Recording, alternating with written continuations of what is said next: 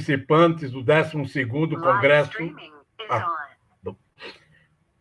Boa tarde a todos e a todas, participantes do 12º Congresso Brasileiro de Planejamento Energético. A gente inicia agora pontualmente às 14 horas, conforme previsto, né, a mesa número 2, com o tema Infraestrutura Urbana e Transição Energética, como conciliar? E a gente recebe com bastante satisfação dois palestrantes. Inicialmente, o Eugênio Coelho, Eugênio Pacelli Dantas Coelho, diretor executivo da empresa AVL South America, e o André Luiz Ferreira, diretor-presidente do Instituto de Energia e Meio Ambiente. Então, saúdo os dois colegas que irão fazer a palestra. Antes de cada um fazer a sua apresentação, eu vou tomar a paciência dos nossos assistentes, fazendo um breve apresentação do currículo de cada um de vocês. Terão 15 minutos cada um para fazer a sua apresentação, né? E depois 1 hora para o debate. Eu vou iniciar fazendo a seguinte referência à ideia que a Sociedade Brasileira de Planejamento Energético teve quando organizou essa mesa com esse tema. Nós sabemos que, atualmente, a maior parte da população brasileira e no mundo habita as cidades. E, mais do que isso, é nas cidades que há o maior consumo de fontes não renováveis, de combustíveis fósseis, o que faz com que as cidades sejam o locus do processo de aquecimento global. E a questão que se refere à possibilidade de se fazer uma transição energética encontra no ambiente urbano problemas, desafios e, evidentemente, a possibilidade de soluções. E é disso que vai se tratar a mesa de agora. Eu vou também fazer uma referência ao fato de que a transição energética, o debate da transição energética, ele tem se restringido à questão relacionada com a oferta de energia. Ou a pergunta: será possível substituir gasolina por etanol, diesel mineral pelo biodiesel, e, com isso, caminharmos de uma forma consistente desse processo de descarbonização para atingir, né, uma forma de se evitar aquilo que se avizinha como muito possível, que é ultrapassar os 2 graus no processo de aquecimento global. A gente sabe que esta visão ofertista não resolve o problema, porque e esse é o grande desafio, antes de passar a palavra para os nossos dois colegas, o nosso grande desafio é reduzir o consumo energético na escala que hoje a gente tem. Como é possível substituir os 100 milhões de barris de petróleo consumidos em 2019, tá bem? Estamos vivenciando um contexto da pandemia, mas nada nos demonstra que esta forma de consumo não retorne em pouco tempo. Então, esse é o desafio. Como assegurar, né, a qualidade de vida, reduzindo o consumo energético e possibilitando, então, que fontes menos agressivas ao meio ambiente possam ser utilizadas.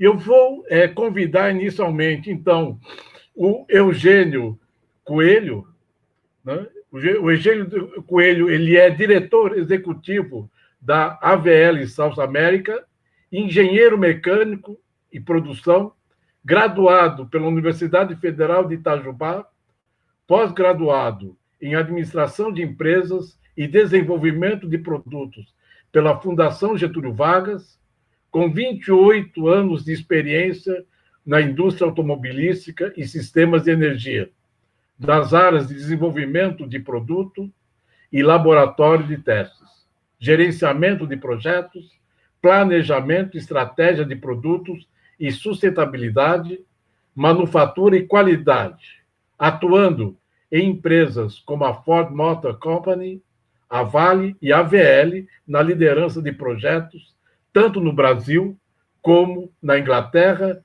Austrália e Áustria. Por gentileza, Eugênio, com a palavra. Muito obrigado, professor Célio. Agradeço mais uma vez a oportunidade de participar desse Congresso Brasileiro de Planejamento Energético. É a segunda vez que eu estou aqui, então vou trazer uma evolução do que a gente conversou no passado.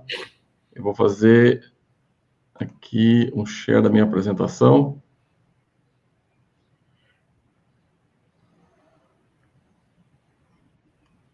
Vocês conseguem ver minha tela já ou ainda não? Sim, já estamos vendo.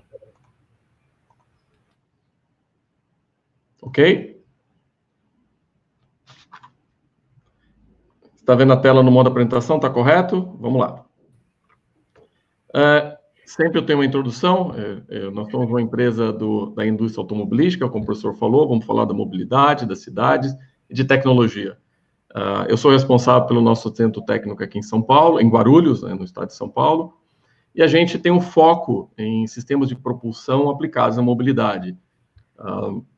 Professor Eugênio, desculpa interrompê-lo, a sua apresentação não está sendo compartilhada nesse momento. Se o senhor puder cancelar o compartilhamento e iniciar novamente, a gente agradece. Vou fazer outra vez. Perfeito, professor. Você só confirma se no modo apresentação ela continua ou ela cai. Sim, ela continua, a resposta pode continuar. Ok, então podemos continuar, agradeço a ajuda. Então, o foco nosso, na realidade, é no sentido de sistemas de propulsão aplicados à mobilidade. Como introdução, vamos falar aqui dos próximos 30 anos. É uma visão que vem acontecendo no mundo, o impacto no Brasil não é diferente.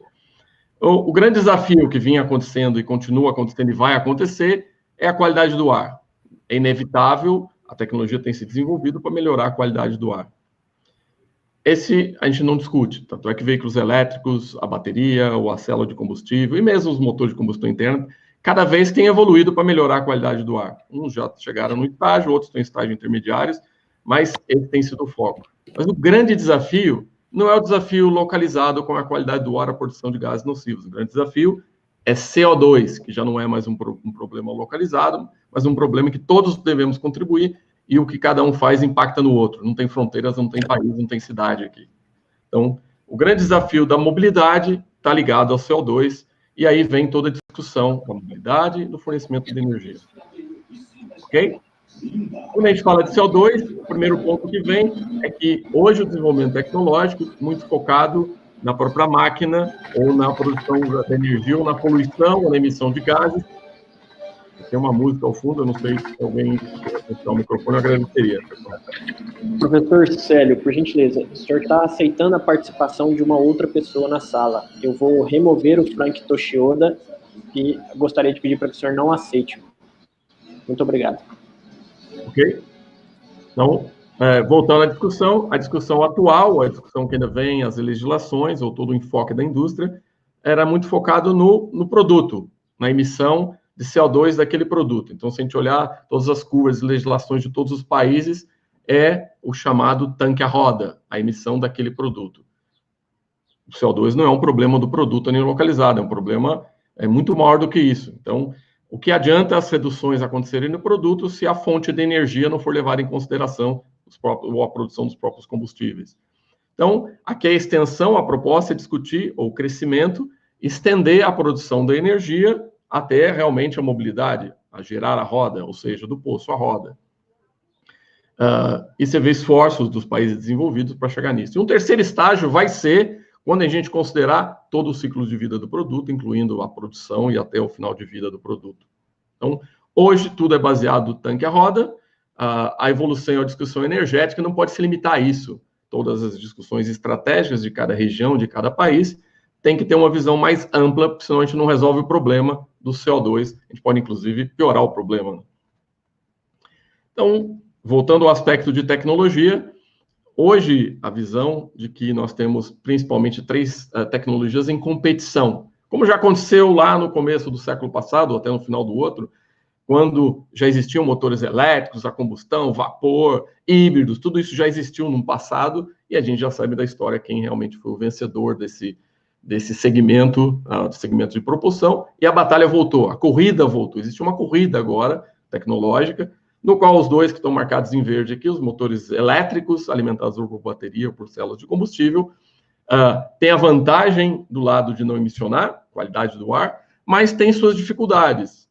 Infraestrutura, peso, percepções, pressões altas de hidrogênio, custo altíssimo, peso que não dá para carregar muita bateria para um caminhão e assim por diante. Ou seja, são tecnologias que resolvem parte do problema, mas não todo o problema. E o motor de combustão interna, que continua vivo, principalmente se eletrificando cada vez mais, mas que também tem demonstrado o seu potencial de atingir a qualidade do ar, o que a gente vem chamando de emissão, a impacto da emissão zero, ou seja, o que ele emite é menor do que já tem no ar, e todos eles têm que resolver o problema da emissão de CO2. Ou seja, qualquer que seja a solução, todas têm que caminhar junto com a discussão energética para onde a gente vai chegar. E, usando o conceito de que essas tecnologias ainda estão embrionárias, nenhuma delas resolveu totalmente o nosso problema, tanto de emissão de gases como de emissão de CO2, e tem seus problemas ligados, como a gente falou, com suas barreiras, a gente pode dizer assim. A visão atual é de que nos próximos 10 anos a gente vai conviver com uma distribuição dessas tecnologias.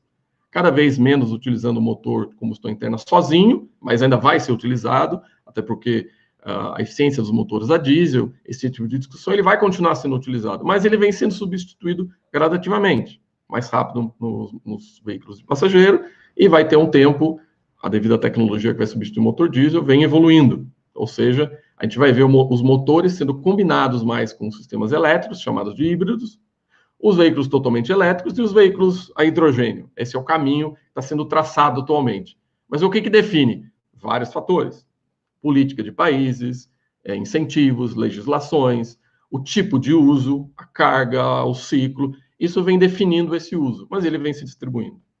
Então, essa é a introdução da mobilidade para a gente discutir o nosso sistema complexo, qual que é o ecossistema que realmente a gente vive, no qual a mobilidade tem uma penetração no sistema de geração de energia, porque ela precisa de energia vinda de um combustível ou vinda de qualquer fonte, mas o combustível é a energia que move os veículos. Então, tem aqui um exemplo do nosso modal, a gente pode verificar no exemplo, claro, aqui é o exemplo do modelo ideal, é o modelo no qual a gente deve caminhar para hidrelétrica, sistema eólico, biomassa, solar, todos os modais de trem, ônibus, navios, avião e até drone. Então, na realidade, esse é o modal de que o futuro está caminhando.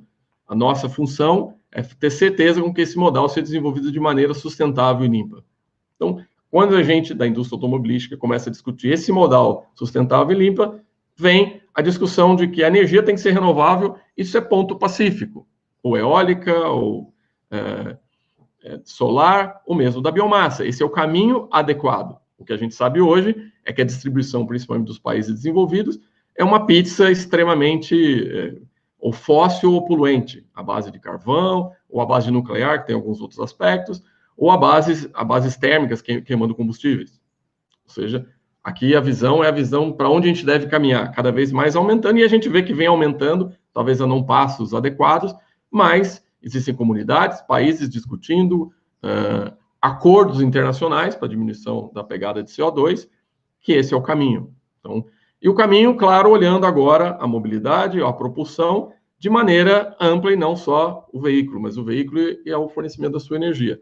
Um dos caminhos discutidos para ainda a existência do motor de combustão interna é, sim, através da biomassa, produzir o biocombustível.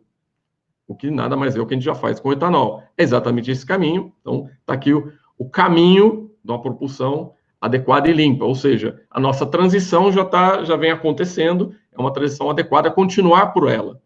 Um outro caminho paralelo para a existência do motor de combustão interna são os combustíveis sintéticos, produzidos através da energia sempre limpa, através do processo de eletrólise, a gente produz com energia um combustível. Então, é isso, eu vou debater um pouco de tecnologia, que é desse aspecto que a gente pode evoluir um pouco mais nessa nossa discussão hoje. O caminho do motor de combustão interna tem uma evolução muito grande, ele se juntando à eletrificação, ele se juntando a sistemas de pós-tratamento, a partir do momento que ele já não polui, ele passa a ser uma solução viável. Aí você precisa de um combustível viável para ele, combustível sintético, ou gasoso, ou líquido, são soluções em pleno desenvolvimento. Tem países já numa fase bem avançada nessa solução. E, claro, as outras duas que já estão no jogo, que a energia vindo da energia elétrica, vindo de fonte limpa, o caminho é o correto. Ou tem que se limpar a fonte, utilizar essa tecnologia, que exige infraestrutura adequada e tem que evoluir ainda no seu custo, vem caminhando nessa direção. E as células de combustível, que hoje já se torna muito viável, que está crescendo muito, produção de hidrogênio, vamos sempre discutir hidrogênio sendo produzido de maneira limpa, hidrogênio utilizando no veículo. Comercialmente já existem veículos leves e o que está acontecendo hoje é o desenvolvimento dos veículos pesados. Por quê? Porque a autonomia para esse tipo de célula, pelo custo dela, mas para andar autonomias maiores, ela justifica mais do que um veículo a bateria. Então, no modelo limpo é onde tem crescido bastante. Tem outro slide, esse é um slide de pegada europeia, mas o intuito é mostrar que, na realidade, a biomassa, claro, é muito melhor do que os combustíveis fósseis, mas esses combustíveis baseados na eletrificação, ou seja, combustíveis baseados produzidos por processo sintético ou hidrogênio, tem uma pegada de carbono muito menor. O que não descarta o aspecto, não descarta o aspecto de que os biocombustíveis são um caminho desse processo transitório, de qualquer maneira, antes de chegar numa eletrificação pura e que a gente tem infraestrutura para isso. Mas quando a gente discute em energia limpa e o sonho de que seja totalmente limpa, vem a pergunta, interessante, mas energia eólica, energia do sol, a energia solar, todas elas carecem, tem um problema da intermitência. O mesmo nós já tivemos problemas aqui no Brasil, dos problemas de abastecimento da energia hidráulica, também sofre seus problemas de tempo em tempo. É verdade, a produção de energia, se a gente caminhar para esse lado, que é um dos caminhos, ela vem ao aspecto de se fazer a estocagem dessa energia, o armazenamento dessa energia. Então, a discussão leva, mas que tipo de armazenamento? Existem várias maneiras de armazenar energia. Pode ser química, através de baterias, térmica, por pedras quentes, concreto quente ou sal derretido. Tem métodos de armazenamento. Aqui nós vamos discutir um deles. É transformar essa energia, por exemplo, por transformação química. Transformar ela em hidrogênio, por exemplo. É o que se discute muito. O mundo vem falando do hidrogênio ou como o combustível do futuro. Então, aqui, claro que eu não vou me ater ao hidrogênio produzido por fontes que ainda produzem CO2, vamos se ater à mais limpa delas, a produção do chamado hidrogênio verde. Não o azul, nem tampouco o cinza, mas a gente pode ver que ele tem uma eficiência mais alta e produz menos CO2. E desses dois, eu escolho dois, que são dois aspectos tecnológicos onde a gente se envolve como empresa. A tecnologia chamada de membrana de polímero eletrolítico ou a tecnologia chamada de eletrólise através de óxido sólido. Essas são duas tecnologias. Então, aqui eu tenho o exemplo das duas. A da direita, a chamada PEM, que é o membrana polímero eletrolítica, Essa tecnologia é a que vem sendo utilizada em veículos atualmente. Algumas áreas da Europa, Japão muito forte, China começou a estudar isso com bastante afinco, Estados Unidos. E a segunda célula, isso aqui então, a da direita já está em processo, ela já está em produção, em alguma escala já. A da esquerda está em processo de demonstração. Diferença principal entre as duas, a de óxido sólido é uma tecnologia que trabalha com altas temperaturas, 800, 900 graus, e a sistema PEMS de membrana trabalha com temperaturas de até 100 graus no máximo. Ou seja, tem uma diferença de tipos de aplicação, mas em termos de eficiência, existe um potencial muito grande de sólido óxido trabalhar com eficiências maiores. Então, a discussão é produzir energia, fonte limpa, produzir hidrogênio, transformar em hidrogênio ou diretamente em energia elétrica, ou utilizar essa energia para produzir um outro combustível.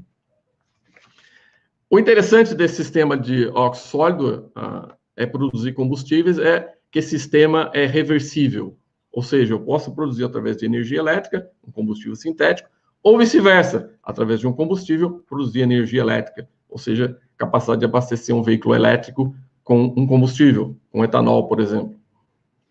Então, aqui seria um slide sobre como pode ser o futuro da mobilidade limpa e renovável. Os veículos a célula de combustível ou a bateria sendo alimentados por fontes limpas, ou a biomassa ajudando a produzir os combustíveis sintéticos, alimentando o veículo ainda de motor de combustão interna, ou utilizando esse tipo de célula de óxido sólido capaz de produzir energia elétrica sendo alimentado por um combustível, por exemplo, de fonte de biomassa. Normalmente, quando a gente apresenta e discute esse assunto, fala, muito bonito, isso se faz aonde, em que país? Então, meu último slide, antes para terminar meus 15 minutos, é o que a gente vem fazendo no Brasil hoje, ou na América do Sul, para ser mais preciso. Vou começar de baixo para cima, nossa primeira iniciativa, esses projetos todos têm menos de um ano, projeto de baixo, escrito, que tem a bandeira da Argentina, é um projeto feito com o governo de uma província da Argentina, com capital público, universidades envolvidas, para desenvolver um sistema estacionário alimentado por etanol que gere energia elétrica. Então, é o primeiro modelo que a gente está desenvolvendo em conjunto com essa iniciativa argentina, foi nosso primeiro projeto aqui na região.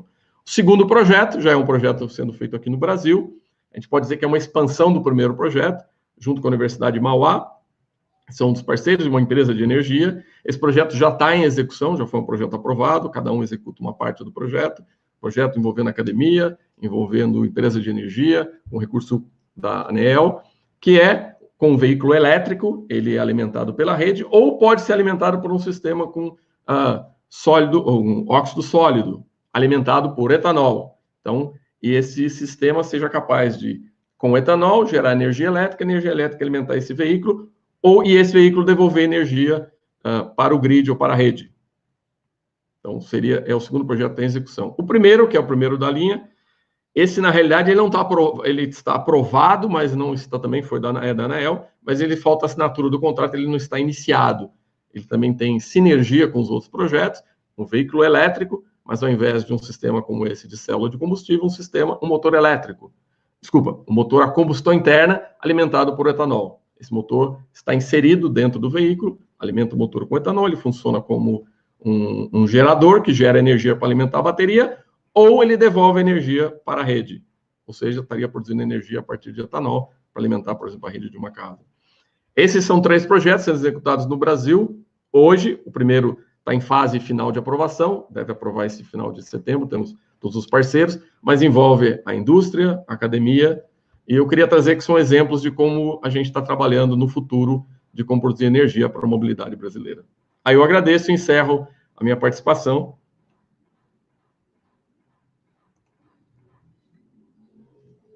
E espero contribuir para esse processo de debate interessante sobre esse tema. Professor Célio, por gentileza. Só minha voz. Sim. Obrigado, Eugênio, pela sua apresentação. Foi bastante interessante. Né? E eu convido o professor André Luiz Ferreira para fazer a sua apresentação. O André é um velho conhecido, né? a gente tem um amigo, teve em comum um amigo, professor Arsênio Oswaldo Sevá Filho, da Unicamp. O André, ele é diretor-presidente do Instituto de Energia e Meio Ambiente, IEMA, né? Eu chamo a atenção para o fato de que nós, na Universidade de São Paulo, nós temos, né, o Instituto de Energia e Ambiente. Isso não quer dizer que o Instituto do André Ferreira trabalhe com metade do ambiente. E ele é engenheiro mecânico, pós-graduado em planejamento de sistemas energéticos pela Faculdade de Engenharia Mecânica da Unicamp, né? Então, o André também faz parte da turma que teve o privilégio de se formar sob a batuta do professor Sérgio Bajai, né? E ele trabalhou na Diretoria de Controle de Poluição Ambiental e na Diretoria de Desenvolvimento e Transferência de Tecnologia da CETESB e foi consultor da Fundação Hewlett. Atualmente, além de diretor-presidente do Instituto de Energia e Meio Ambiente, é professor do curso de especialização em gerenciamento ambiental da Exalc, da Universidade de São Paulo. Feita essa apresentação, André, por favor, faça a gentileza de fazer a sua apresentação. Com licença, professor, por gentileza, certifique de sair do mudo. Olá, boa tarde, gente. Boa tarde, Célio. Boa tarde, Eugênio. Boa tarde àqueles que estão nos ouvindo ou vendo. Eu acho que se eu tivesse combinado com o Eugênio não seria tão perfeito, porque eu fiquei pensando muito, esse tema é muito amplo, né? Transição urbana, enfim, infraestrutura urbana e transição energética, e pensei há algum tempo sobre como abordar e escolhi não seguir a rota estritamente tecnológica, então acho que nós vamos nos complementar bem aqui. Deixa eu compartilhar.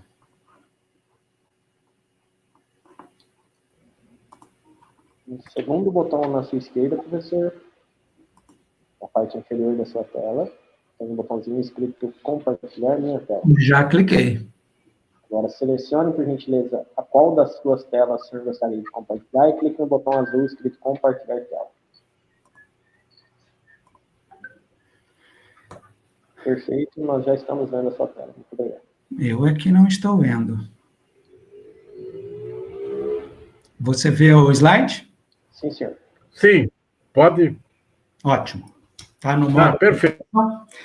Bom, primeiro é que a discussão sobre transição energética, ela vem quente no mundo, né? E mais recentemente ganha importância um adjetivo para ela, que é a transição energética justa. Eu vou chamar um pouco a atenção disso, e as cidades precisam muito de uma transição energética justa, e é isso que eu queria levar um pouco adiante. Vou dividir a apresentação em 3 partes rápidas. Eu tenho vários slides, eu preferi mostrar muitos slides de uma forma rápida, porque sei que nós vamos ter um bom tempo para conversar, então não podia deixar de tocar em vários pontos. Então, alguns deles vou passar rápido e depois posso voltá-lo. Então, pois não. André, apenas você clica no ocultar para que a gente possa ter a visualização completa dos seus slides. Pronto? Obrigado. Ótimo. Então, estou dividindo aqui essa apresentação em 3 partes. Primeiro, caracterizar um pouco o que é esse uso de energia e emissões no Brasil, no transporte de passageiros, qual é o tamanho desse problema, os desafios que a gente tem de mobilidade urbana, e depois falar um pouco dele. Eu botei o biocombustível aqui em itálico, porque, na verdade, eu vou falar da eletromobilidade, mas depois a gente pode conversar de ambos. porque do biocombustível a gente já conversa muito no país, e eletromobilidade a gente tem muito importado uma conversa, né? A coisa está muito no começo no Brasil, então eu vou dar um pouco de enfoque mais no desafio da eletromobilidade, da eletrificação. Bom, indo aí para o uso de energia e emissões no transporte, uma coisa primeira que chama a atenção, se você pega a série histórica do uso total de energia no Brasil, todas as fontes, enfim, pela primeira vez agora, no final da década, transporte passa a ser a principal fonte, a principal setor demandante de energia no país. Desde que a gente tem série histórica, sempre foi a indústria. Bom, isso se explica muito, em parte, pela crise, mas o crescimento do transporte é muito significativo e, portanto, hoje nós temos o transporte como o principal setor demandante de energia no país. Cerca disso vai dar cerca de 35% hoje, de toda a energia consumida no país vai para o transporte. Mas o que chama atenção é que quando você considera só energia fóssil, toda a energia fóssil consumida na matriz energética, metade dela, pouco mais da metade, vai em transportes. Bom, isso mostra a importância de quando se discute transição energética no Brasil, a prioridade é o transporte. Isso é ao contrário da média mundial aí, do resto do mundo, onde se fala muito na geração de energia elétrica, né? É a principal preocupação na transição. Aqui nós estamos falando de transportes. E, claro, não por acaso, a hora que você bota emissões de gás de efeito estufa, o transporte, assim, é de longe e também está em torno aí de 50%. Depois vem dividindo entre indústria e, mais recentemente, a geração termoelétrica, que teve um pico, mas está um pouco na faixa das emissões de gás de efeito estufa no setor industrial hoje, dividindo ali com a geração da eletricidade, crescendo muito as emissões na produção de combustíveis. Isso aqui tem muito a ver com pré-sal, enfim, com o mundo do petróleo e gás, né? Mas, de todo modo, o transporte é, de longe, o setor mais emissor no país.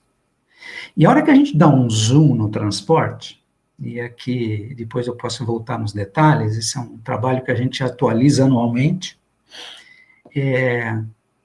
em transportes, mais ou menos, isso varia de ano, mas muito pouco de ano a ano, mas metade das emissões, em torno de próximo de 100 milhões de toneladas atualmente, está nos passageiros e próximo disso também no transporte de carga. Cada um deles respondendo por cerca de 100 milhões de toneladas, um pouco mais, um pouco menos.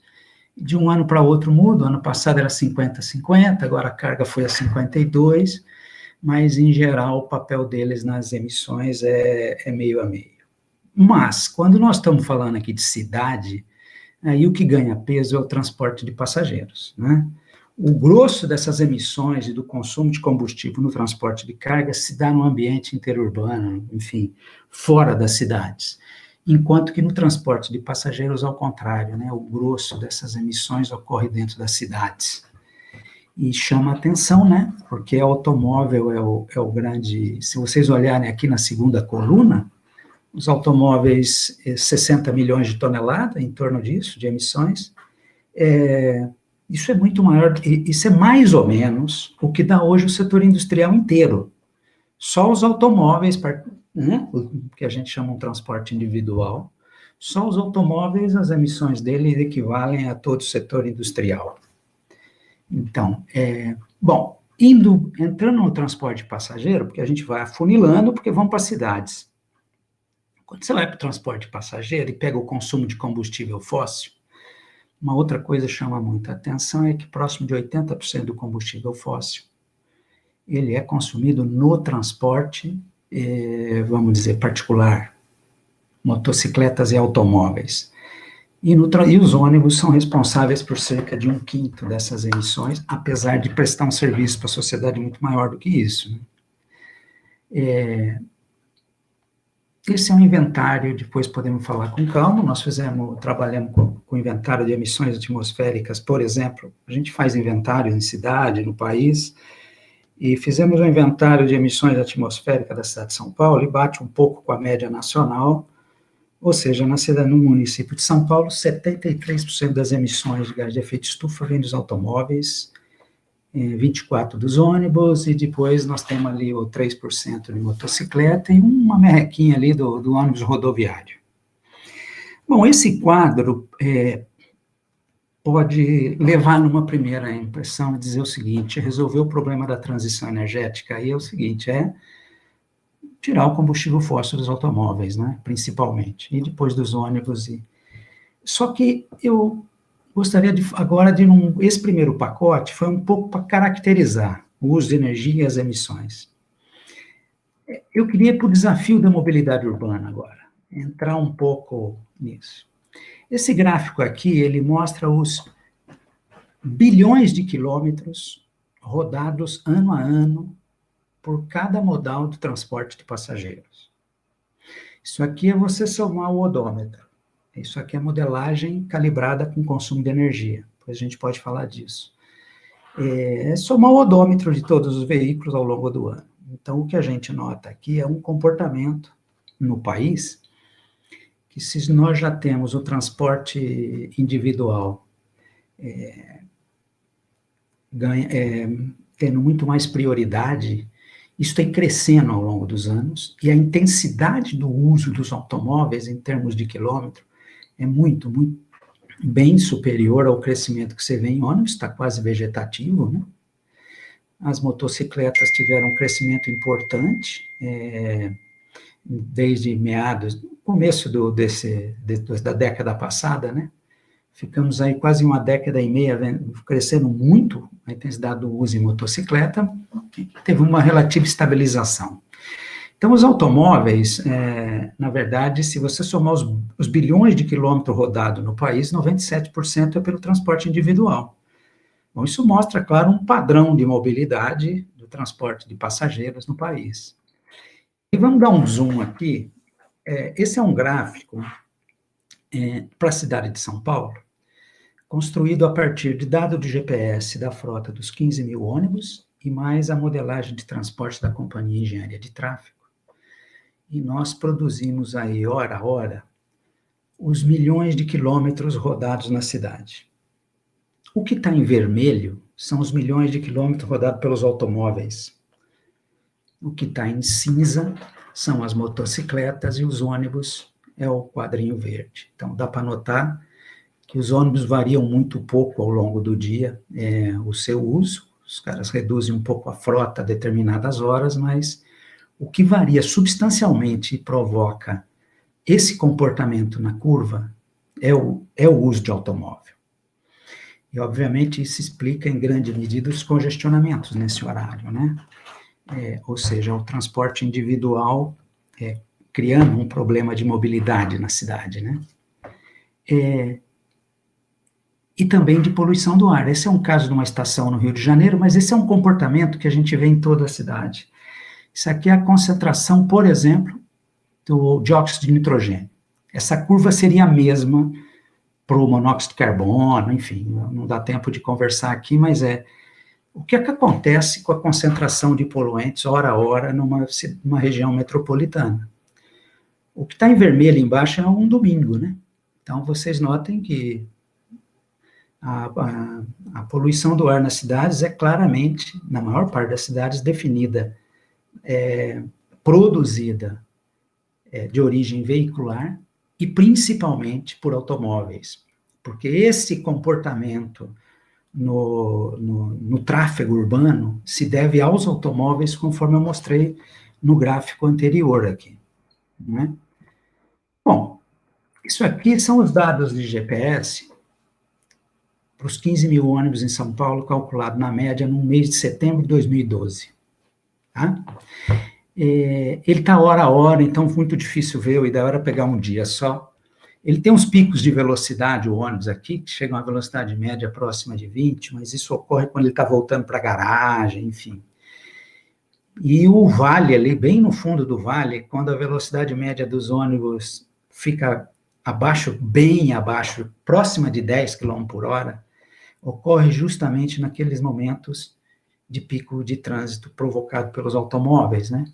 Então, esse é um caso clássico e muito conhecido de quem trabalha com modelagem de transporte e mobilidade urbana, que é o transporte individual, o automóvel, dificultando o transporte público, né?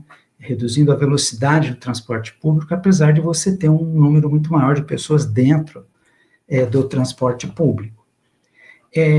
Essa redução de velocidade, eu gostaria de mostrar uma outra coisa que nós fizemos junto com o BID e o Ministério das Cidades. Nós testamos ônibus com vários combustíveis, de diferentes tecnologias e modalidade de ônibus. Aqui é só uma foto para mostrar como é que nós fizemos isso. Fizemos num campo de prova, onde foi medido o consumo de energia, de combustível e de energia elétrica, no caso do ônibus elétrico, e as emissões, num ciclo de condução típico das cidades brasileiras. O que vocês notam aqui é o seguinte: esse é um ônibus padrão Euro 5, o consumo de diesel em função da velocidade. Então, vocês notam o seguinte, que eu posso ter o dobro do consumo específico de diesel, dependendo da velocidade. E o que nós temos notado hoje nas grandes cidades brasileiras é o ônibus reduzindo a sua velocidade média por conta da enorme quantidade de automóveis que entraram nas ruas nas 2 últimas décadas, né? Então, você tem uma redução de velocidade média dos ônibus, importante, o que leva a um aumento no consumo de combustível e, portanto, um aumento de custo no transporte público, que pressiona a tarifa, e, ao mesmo tempo, um aumento do tempo de viagem, né, para o deslocamento das pessoas. E isso não ocorre só com o diesel, né? Esse é um ônibus elétrico, a bateria, que é o que está circulando no país hoje, é o do fabricante chinês, BYD. Nós também testamos o consumo em quilowatt-hora em função, num ciclo de condução, em função da velocidade, e, óbvio, era o de se esperar, ocorre o mesmo, à medida que o ônibus tem problema de fluidez e de deslocamento, ele tem um aumento no consumo, não é? Enfim, um aumento de custo, um aumento de demanda por recurso natural, né? Porque a demanda por energia, não é? Então, a velocidade média dos ônibus é um fator importante na mobilidade urbana. Claro, dos automóveis vai ter uma curva dessa também. Mas o ônibus, ele tem externalidades positivas, não é? E o automóvel, ele impõe custos à sociedade. Então, é preciso tomar um pouco de cuidado com isso. Com esses resultados, nós fizemos testes na faixa exclusiva da 23 de maio, em São Paulo. Que testes foram esses? Com o dado de GPS. Fizemos junto com a prefeitura, quando foi implantadas as faixas exclusivas de ônibus. Com o dado de GPS, portanto, você pega a velocidade média dos ônibus na entrada e na saída das faixas exclusivas. E a tabela da direita, vocês estão vendo aí cada uma das linhas de ônibus que passa nesse corredor. E isso aqui é a redução no tempo de viagem que você teve nas faixas. E, portanto, de um tempo disponível para as pessoas, né, que sobra para as pessoas. Não, isso é dentro das faixas. Teve um único caso que não, por uma coisa muito específica da linha de obra, do traçado, mas a gente nota aqui que só a criação de uma faixa exclusiva, simplesmente disciplinando, aqui é pouco recurso, aqui é pintar o chão, você tem uma redução importante no consumo, no tempo de viagem das pessoas, e, portanto, na melhoria da qualidade do serviço, do deslocamento das pessoas, mas não só. Aqui é a redução no consumo de combustível, no caso diesel, que ocorreu em cada linha de ônibus. Então, nós estamos falando, isso aqui é praticamente a custo zero, né? Só priorizando o ônibus na via. Você pode ter aí até 10%, 12%, dependendo da linha, de redução no consumo de combustível, simplesmente por tirar o ônibus do congestionamento, priorizar o ônibus na via. Nós temos um padrão de mobilidade nos grandes centros urbanos brasileiros, então, que o caracteriza ele, então, é a deterioração da qualidade do ar, as emissões de gás de efeito estufa, acho que essas duas coisas já foram citadas aqui, né? E essas duas primeiras, você enfrentando tecnologia veicular, ajuda muito a resolver.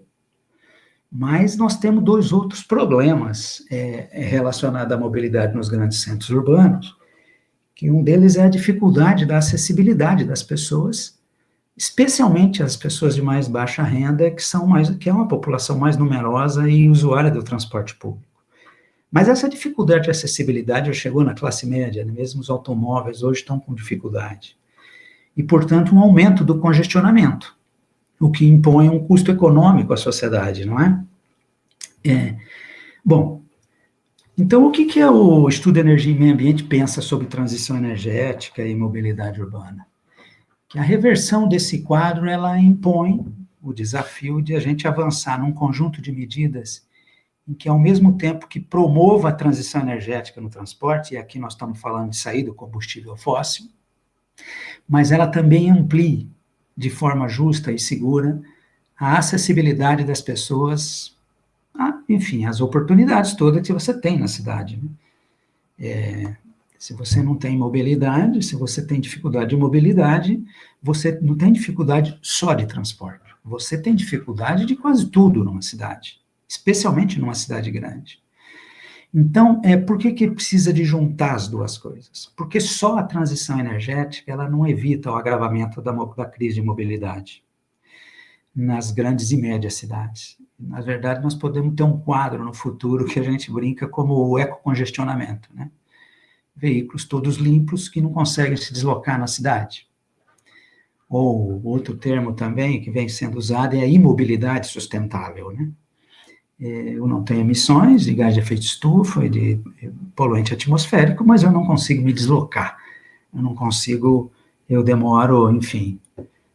Então, é daí que a avaliação e proposição de política pública para a transição energética justa nas cidades, para transporte, obviamente ela precisa da substituição dos combustíveis fósseis, e aí é um problema não só de mudança climática, mas de saúde pública também. Mas eu preciso reduzir o tempo de viagem e garantir o acesso das pessoas aos serviços e às coisas que precisam ser feitas na cidade. E aí é uma questão de justiça, de economia e qualidade de vida. Bom, isso leva a que a transição energética justa tenha dois focos. Uma delas focada no veículo é muito importante, e o Eugênio mostrou aí várias possibilidades para onde a coisa tende a ir aí no futuro, né? E isso estaria do lado direito ali, e nós teríamos um conjunto de investimentos e de infraestrutura na cidade, com foco na mobilidade das pessoas. E aí nós estamos falando de planejamento urbano e mobilidade, nós estamos falando de uma transição de viagens dos modais motorizado individual para transporte público, né? E o transporte ativo, quando possível, em viagens curtas, né? E outra coisa é priorizar o transporte público no sistema viário. E aqui nós estamos falando de faixa exclusiva de ônibus e corredores BRT. E isso aqui, nós estamos falando em infraestrutura urbana. Tudo isso aqui tem a ver, pede por infraestrutura, o da esquerda. O da esquerda nós estamos falando de infraestrutura para facilitar a mobilidade das pessoas. À direita, há infraestrutura necessária aí, mas é aquela infraestrutura necessária para alimentar os veículos da fonte energética, enfim, que teremos no futuro. Bom, então o que nós estamos falando de... Essa é uma foto bem interessante que eu tenho usado muito, que é da Avenida 9 de Julho, em Buenos Aires, né? A transformação que ocorreu lá. Mas eu estou usando só a foto para ilustrar, mas o que seria essa transição energética justa nas cidades? Nós estamos falando de veículos menos poluentes, e aqui nós podemos estar falando de eletrificação, nós podemos estar falando de biocombustíveis, enfim, o Eugênio deu vários exemplos aí do que pode vir ao futuro. Otimização de linhas de ônibus, priorização do transporte público nas vias, transferência de viagens para os modos mais eficientes. É um conjunto, é um pacote de coisas que é preciso fazer para enfrentar o problema. E, finalmente, eu levantei algumas coisas aqui, do caminho aí, aquele do lado direito ali, olhando para veículo agora, e a conversa sobre a eletrificação, a eletromobilidade, ela é O crescimento dessa discussão é exponencial no mundo, né? E, claro, essa é uma indústria globalizada, a indústria automobilística, né? E, de alguma maneira, esse é um ideário que se espalha, apesar do Brasil ter uma especificidade, o Brasil tem uma solução que bem o país é a eletrificação, ou até quando podemos apostar na combustão interna, especialmente a partir de combustível renovável, etanol, enfim. Essa é uma discussão que precisa ser feita no país. E pouco feita, né? Pouco discutida. Mas na eletromobilidade, quando a gente fala em infraestrutura, eu levei ao pé da letra o tema, você tem desafios aí de infraestrutura que estão, a grosso modo, estão relacionadas ao carregamento, né? Mas eu queria levantar algumas coisas, pegando desde o veículo até a geração. Bom, eu posso ter um impacto na curva de carga, dependendo se há um adensamento, se o carregamento, se eu tenho uma frota grande que carrega tudo no mesmo horário, aí eu posso ter um impacto importante na curva de carga. Impacto na demanda de energia em geral, enquanto o consumo é muito baixo, mesmo em termos de quilowatt-hora é baixo. Todos os estudos no mundo, essa é uma conta fácil de fazer, né? O impacto em termos do consumo, ele não é importante, mas o impacto na curva de carga pode ser. Especialmente, também eu posso ter problema nas redes de distribuição, né? Seguramente pode ser necessário as distribuidoras terem investimento em transformador, em linhas, dependendo da velocidade dos bairros e da quantidade de veículo elétrico que vai entrar, pode ter um impacto na rede de distribuição, dependendo dos horários de carregamento. Quanto às emissões de CO2, isso depende não só da média da matriz energética, se ela é mais renovável ou não, mas depende do horário em que o veículo está sendo carregado, a frota, e o despacho, o que está sendo despachado no sistema, na rede. Se eu for carregar à noite, seguramente eu não estou despachando solar, não é? Poderia estar despachando eólica, enfim. Então, há um desafio aí que é o momento em que você carrega. Se você carrega direto da rede, você está carregando, em tese, o que está sendo despachado ali. Então, as emissões de CO2 no ciclo de vida todo, o Eugênio levantou bem isso, para um veículo elétrico, ela vai variar hora a hora, né? Vai variar de acordo com o despacho na rede, né? A menos que esses carregadores aí, as estações de carregamento, elas, na verdade, sejam baterias, né? Eu tenho grandes baterias que vão colocar energia disponível para que o veículo carregue, né? E aí eu vou buscar na rede no horário melhor, mas enfim. Mas o carregamento é chave nesse desenho. E o carregamento, se ele é bidirecional ou não, bidirecional é no sentido de que o veículo pode injetar energia na rede, né, em alguma hora e buscar em outro momento. E uma última coisa que muita em discussão é a segunda vida das baterias dos veículos elétricos, porque chega um momento em que ela já não é mais apropriada para a eletromobilidade, mas ela, para armazenamento no sistema elétrico, ela ainda é útil. Então, aqui é uma discussão que é importante de ser feita. Mas aí, para mim, que é o desafio maior num país como o nosso, é que a experiência internacional mostra que a implantação dessa infraestrutura toda, em escala importante, ela está dependendo pesadamente de apoio governamental. Bom, esse é um caso num país com problema fiscal como o nosso, talvez não, eu acho que essa é uma coisa que precisa encontrar outro caminho, né? Especialmente para o transporte individual, né? Aqui é um debate que merece se é o mercado que vai, são as forças de mercado que vão resolver isso, a velocidade com que vai se penetrar aos automóveis elétricos aí, o que me parece mais apropriado, que não haja uso do recurso público para isso, especialmente porque nós estamos falando de investir e priorizar um modo de transporte que, como eu falei nos slides atrás, tem causado um conjunto de problemas no ambiente urbano, né? que é o transporte individual. Então, aqui tem um desafio também da velocidade em que isso vai se dar. E, claro...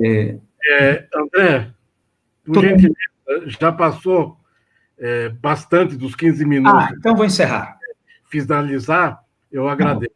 Ótimo. Então, tem desafios também aqui para a infraestrutura de carregamento de ônibus urbanos, que precisa...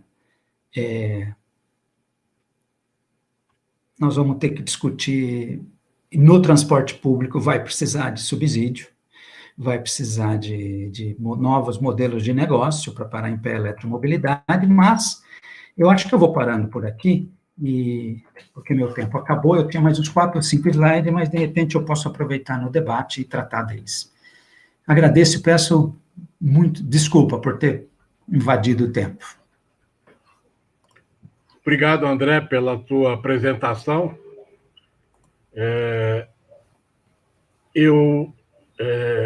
A gente passa agora para o debate, né?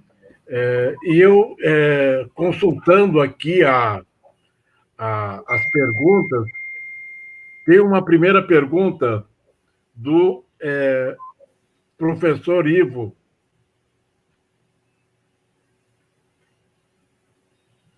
Né? Ele faz a pergunta para os dois palestrantes. Em edificações comerciais e industriais, a cogeração à biomassa é bastante incentivada no planejamento energético nacional hoje. Com aproveitamento de resíduos, qual o seu pensamento, opinião, sobre o fortalecimento das competências para o gerenciamento eficiente dos resíduos nos municípios, com regulação do gerenciamento dos resíduos, com diretrizes específicas para a sua produção e armazenamento ou redução, além da geração de energia, sua reutilização, reaproveitamento, reciclagem, tratamento e destinação adequada. Então, essa é a pergunta do professor Ivo Dorileu. E eu também vou fazer menção, não exatamente uma pergunta do Paulo César Weidzik, mas uma provocação. Há espaço de transformação também para redesenhar os veículos de mobilidade urbana, além das opções de alimentação? Entendemos que os padrões dos automóveis não estão compatíveis com as cidades. Isso como um fator de contribuição para a eficiência. E ele envia um link, né, VCT, que eu não sei o que é, EcoBR. Então, por favor, quem gostaria de responder? Senhores, antes das respostas, eu gostaria de convidar o professor André a parar de compartilhar a sua tela, por gentileza. Pelo mesmo botãozinho que o senhor clicou para compartilhar. Muito obrigado.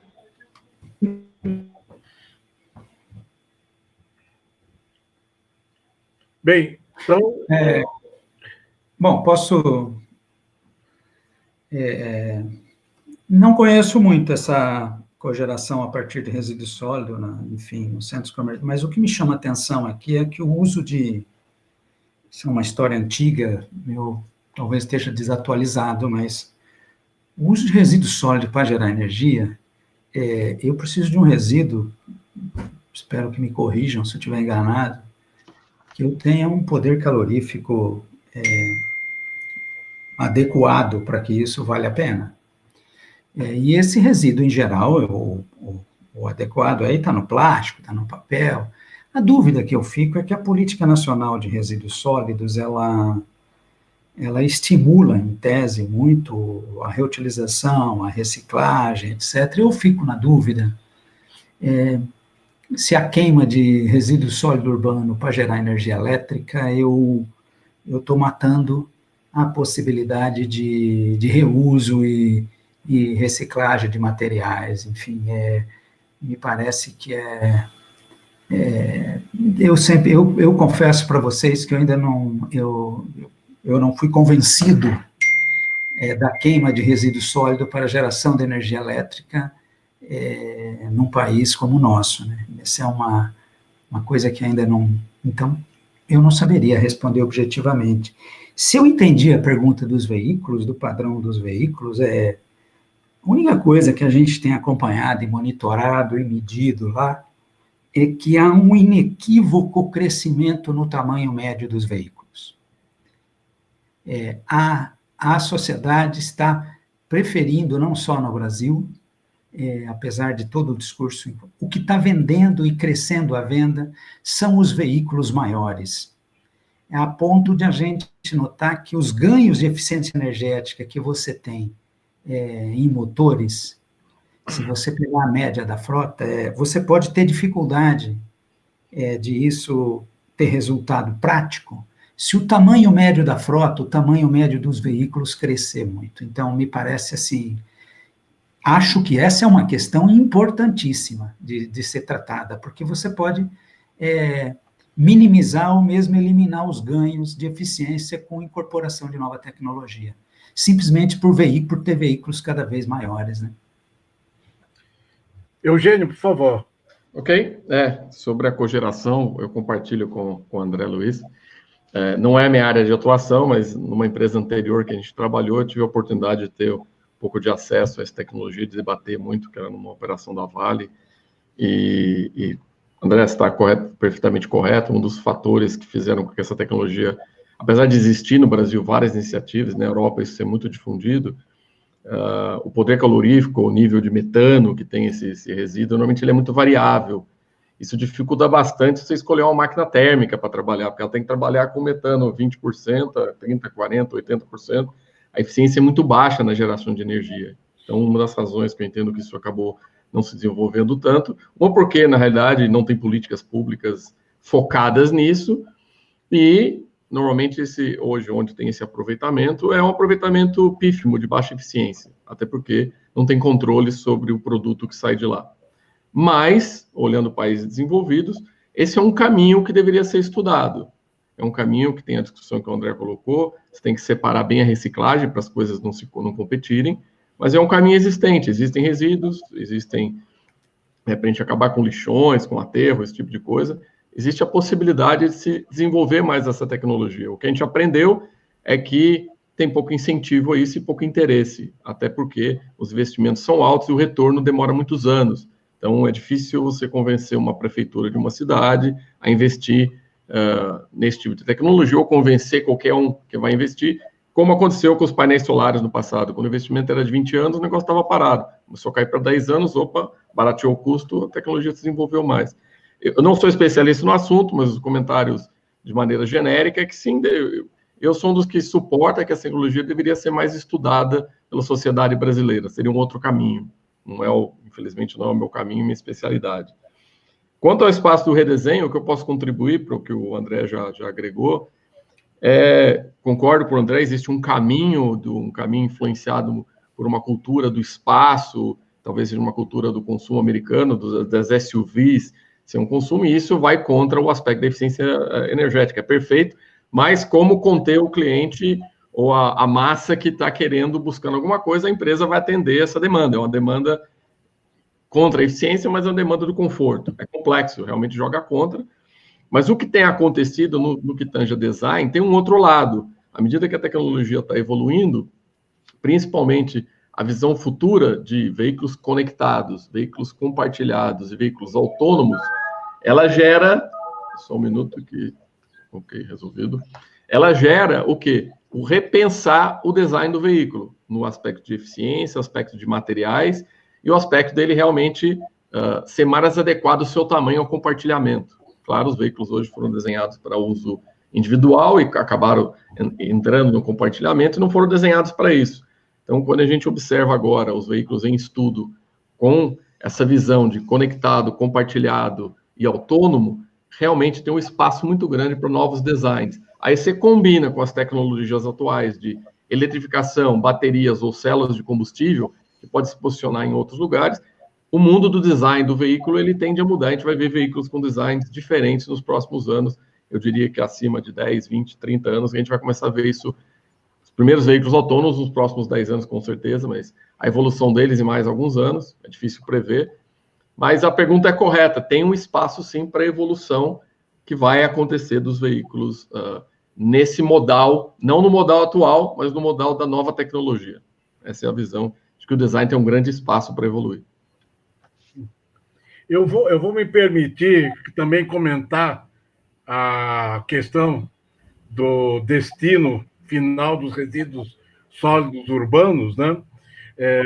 Fazendo referência a um projeto que tem na Baixada Santista, que ela se caracteriza, todos os municípios da Baixada Santista aqui em São Paulo, a característica é da inexistência de espaço para o aterro sanitário, né? Então, essa situação, ela levou a que fosse proposto, está sendo proposto, um incinerador, que nem é chamado de incinerador, ele é chamado de gerador de energia. Claro. E a questão que se coloca é justamente, né, essa que o André chamou a atenção, né?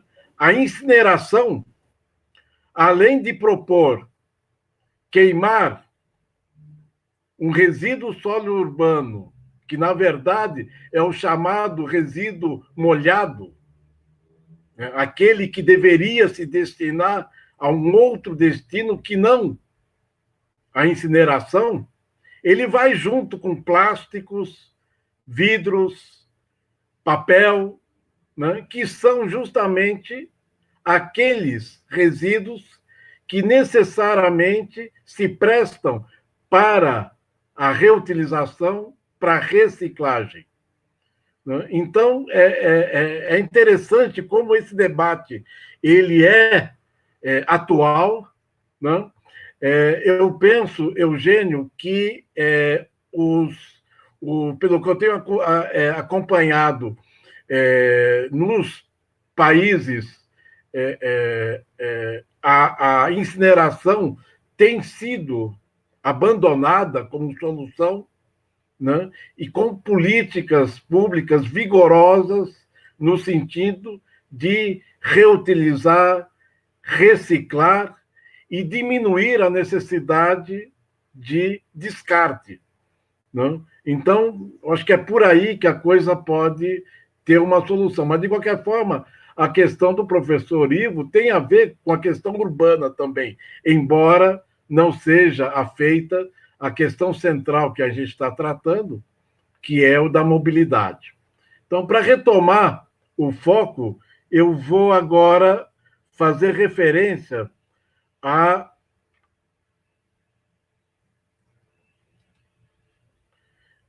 uma pergunta do Diogo Romeiro para o André. Qual a perspectiva da eletromobilidade para transporte urbano? Quais os entraves atuais? Deve ser o segmento incentivado no primeiro momento?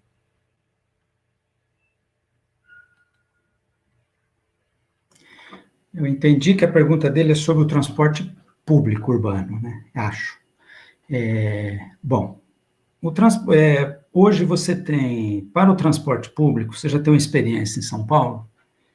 São Paulo acabou tendo, por conta da lei de municipal de mudança climática, botou um prazo para que os ônibus não usem mais combustível fóssil. E botou uma meta em termos de emissão também de poluentes locais. E, na verdade, isso vai até o 2030 e pouco, você não teria mais ônibus rodando a diesel em São Paulo, só a eletricidade. Então, São Paulo é um estudo de caso bem interessante, porque aqui estão aparecendo os desafios para isso parar em pé. E já aparece de cara um deles que é custo, né? Que há um leve aumento de custo e de modelo de negócio também. Esse, para mim, é o maior desafio. Por quê? Porque hoje, boa parte dos grandes operadores de ônibus nas grandes cidades do país, eles são também concessionários de ônibus. É um modelo de integração Ou seja, eles revendem ônibus e, ao mesmo tempo, são operadores. A entrada dos ônibus elétricos quebra isso, quebra esse modelo de negócio, e ainda não está muito claro como vai ser o desenho, qual é o papel das distribuidoras de energia elétrica no transporte público, não é? Se elas vão ofertar bateria, enfim. Eu acho que isso merece uma conversa bem calma. Os desafios de natureza tecnológica são muito poucos, eu diria que eles praticamente estão superados. A China hoje tem cidade com 15 mil ônibus elétricos rodando, você tem uma frota na China hoje de ônibus elétrico ativo de mais de 100 mil ônibus. Então, assim, a questão tecnológica ela está relativamente resolvida, mas a questão de custo e modelo de negócio não está resolvido. E uma coisa que não se pode imaginar é que você pague a transição energética do transporte público com a tarifa. Não existe essa possibilidade. A tarifa de transporte público não tem mais espaço para incorporar aumentos. Então, o desafio é desenhar um novo modelo de financiamento e de negócio para o transporte público. Não tem outro caminho. Não é a discussão da eletrificação do transporte público, não é só tecnológica, ela é regulatória, ela muda os players, não vai ser possível sem uma alteração importante nos players do transporte público no Brasil. E essa é a discussão, eu acho. O mais importante de estarmos discutindo é a regulação do transporte público e como é que ela comportaria a eletrificação sem onerar mais a tarifa. Esse é o desafio.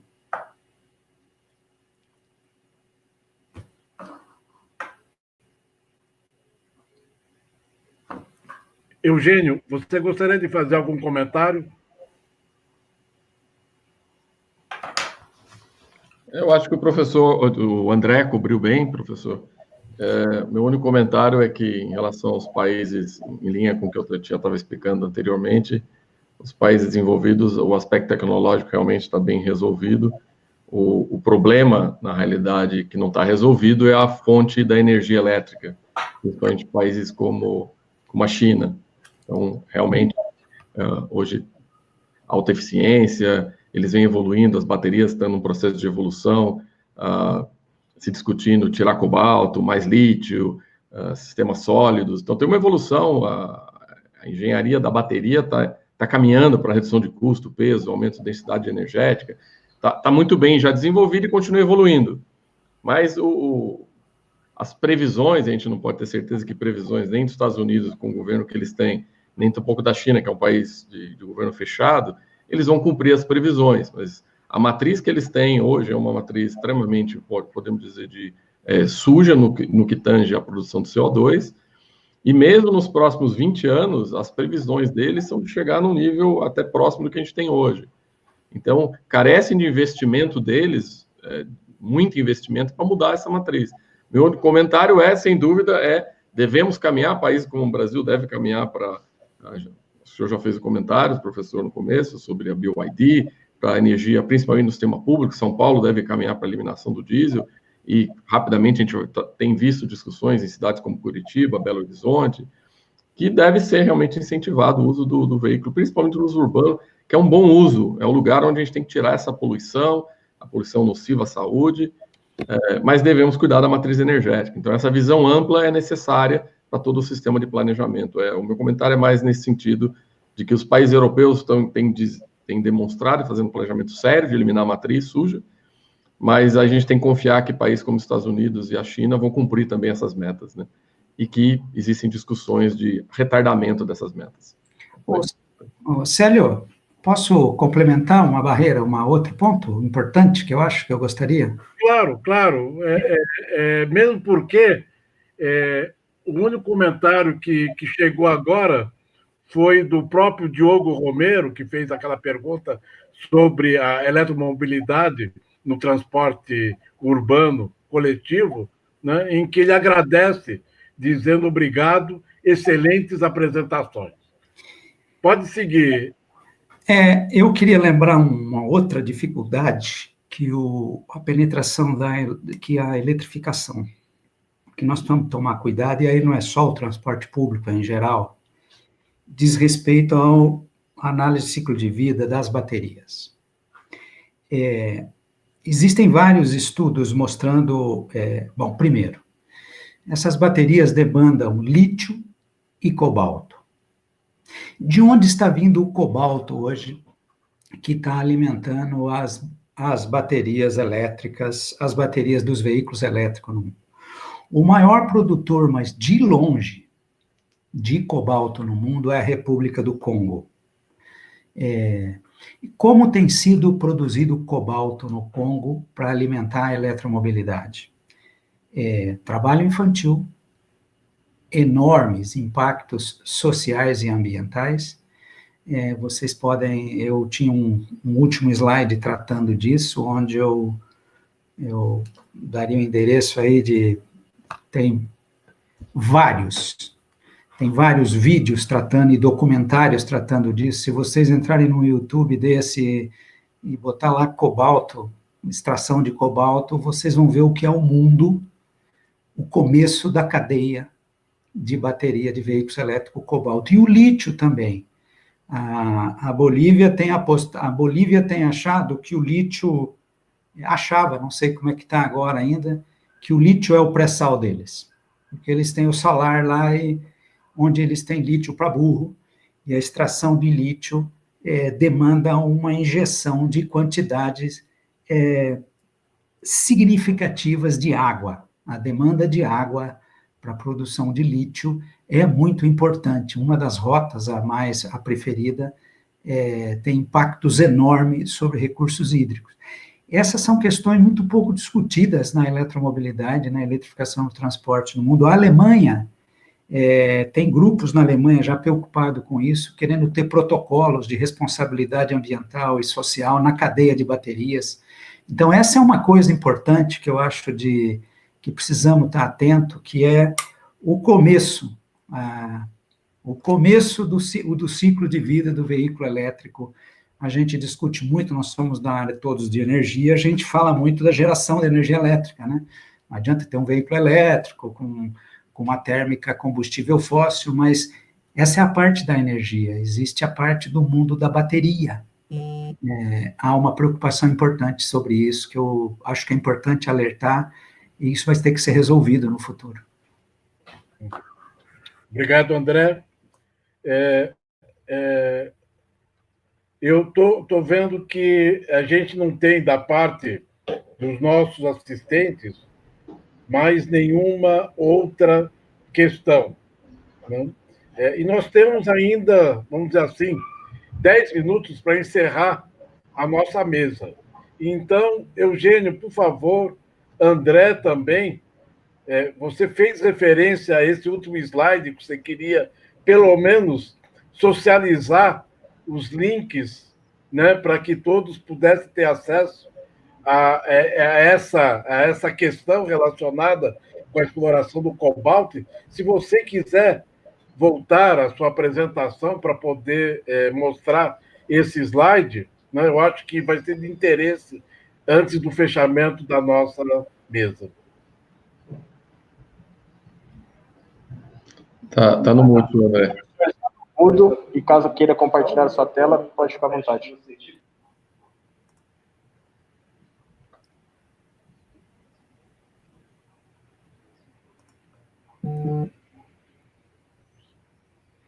Estão vendo? Sim, senhor. Eu tinha parado nesse slide, então eu vou aproveitar o final aqui. Eu tinha falado das novas fontes de financiamento e de um... Atenção, professor André. Oi.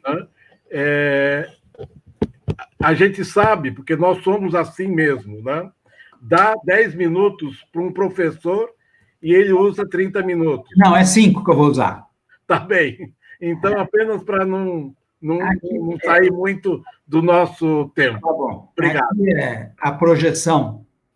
Isso aqui é o da Agência Internacional da Energia, mas existem várias outras, que é a projeção, dependendo da penetração de veículos elétricos que nós vamos ter no futuro, os milhares de toneladas de lítio e cobalto Existem várias dessas projeções de estudos distintos, e todos eles mostram um crescimento exponencial necessário para a extração de cobalto e lítio, né? E aqui nós temos aqui à esquerda onde é que tem a produção de cobalto no mundo e as quantidades, né? Então, vocês notam aqui o Congo com 63 milhões de toneladas, que perto de praticamente quase tudo, né, no Congo.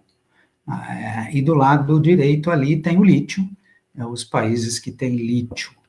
Bom, está aqui está o que eu falei. Eu acho que talvez eu possa disponibilizar isso aqui para o Célio, esse aqui. Esse aqui são os vários documentários que se tem sobre o cobalto e o lítio, como é que é a produção primária disso. Então, isso tem sido, alguns países têm começado a pressionar, mas quem está lá no Congo mesmo, tem bastante empresa chinesa que estão se instalando lá e comprando o cobalto diretamente dessa situação, né? Eu acho que aqui não há tempo de mostrar alguns desses vídeos, mas eu vou disponibilizar. Não sei, Célia, eu acho que eu poderia mandar para você isso aqui, não sei, aí eu acho que é um caminho, né? Eu tenho a impressão, André, que todas as apresentações que tanto a primeira mesa na manhã, como a mesa de agora, como também as próximas 3 mesas, né? Nós temos 5 mesas programadas, né? Todas as apresentações vão estar disponíveis. Então, ótimo. Participantes do Congresso. Tá ótimo. É isso, da minha parte é isso, só para mostrar que, então tá bem, acho que é isso, passo a bola.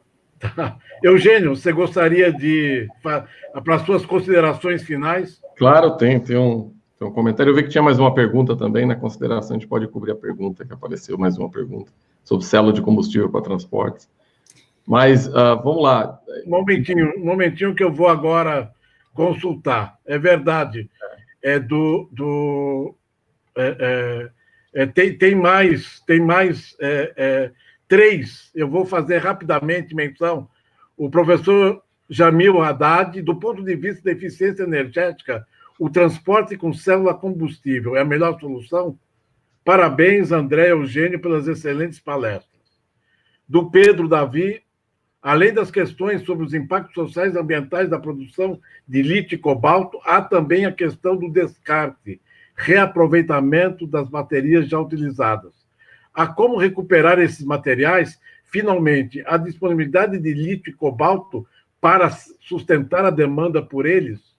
E, finalmente, do Everton de Almeida Carvalho, o palm oil, o óleo de palma, pode gerar em um ano equivalente a quase 2 meses de produção do pré-sal em 2 meses no ano, se utilizados 25 milhões de hectares de terras degradadas, antropizadas. Por que o programa de produção sustentável do óleo de palma não avança? Não seria uma parte da solução de substituição dos combustíveis fósseis? Eu posso fazer algumas considerações. Primeiro, de consideração geral, por que eu coloquei aquela corrida entre as tecnologias? Exatamente por esses aspectos de discussão. Nenhuma das tecnologias hoje é uma solução perfeita.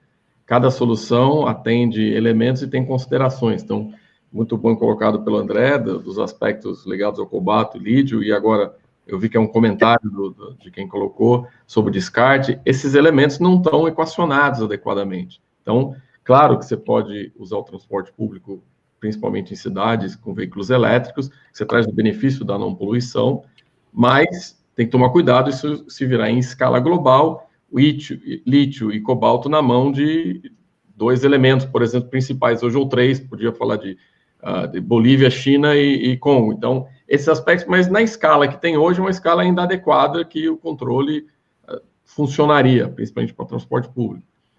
Realmente, a pergunta do Jamil faz todo sentido. Onde está se desenvolvendo hoje a aplicação, onde são os maiores desenvolvimentos que a gente vai ver logo em seguida com empresas como a Nikola, por exemplo, que a empresa seria a Tesla de caminhões. O que eles estão investindo agora?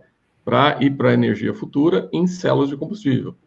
O preço delas se justifica em aplicações onde você precisa andar mais que 500 ou 600 quilômetros, onde o transporte, vamos dizer, exatamente para esse tipo de transporte, ela passa a fazer sentido. Ela sai mais barata, é muito mais leve, não carrega baterias, para autonomias maiores.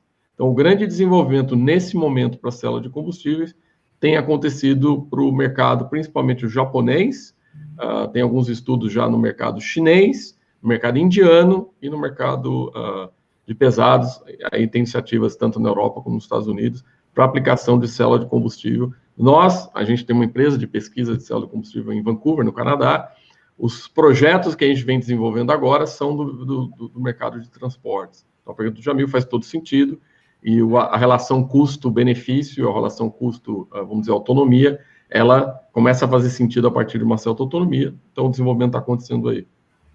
Uma boa pergunta. Agradeço ao professor Jamil sobre realmente essa é uma tendência tecnológica num prazo mais curto, que a gente vai ver o médio prazo, que a gente vai acabar vendo já existindo bem dentro em breve. Obrigado, Eugênio. André, desafio, 3 minutos para você dar conta das últimas questões levantadas.